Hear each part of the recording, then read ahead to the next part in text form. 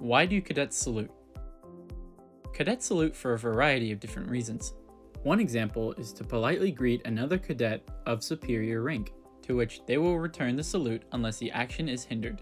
Another reason is for when an unarmed drill team is requesting permission to begin a sequence and enter or exit an inspector's drill pad, which is a lesson we'll teach later down the line. In this video, we will be showing you how to execute two types of salutes, such as present arms and hand salute. How to salute.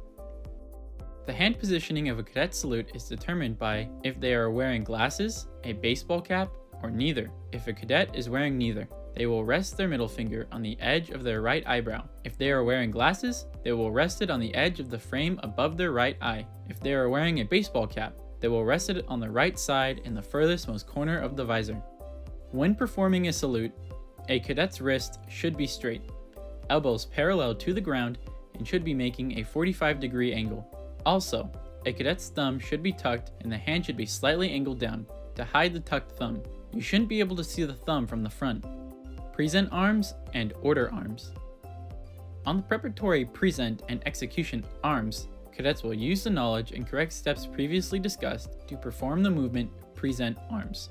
After performing a proper salute, cadets are expected to hold this position until the command order arms is given. When it's given, cadets will return to the position of attention.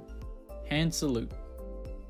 On the preparatory hand and execution salute, cadets will use the knowledge and correct steps previously discussed to perform a brief salute at the cadence of which the command was called, and then will return to the position of attention.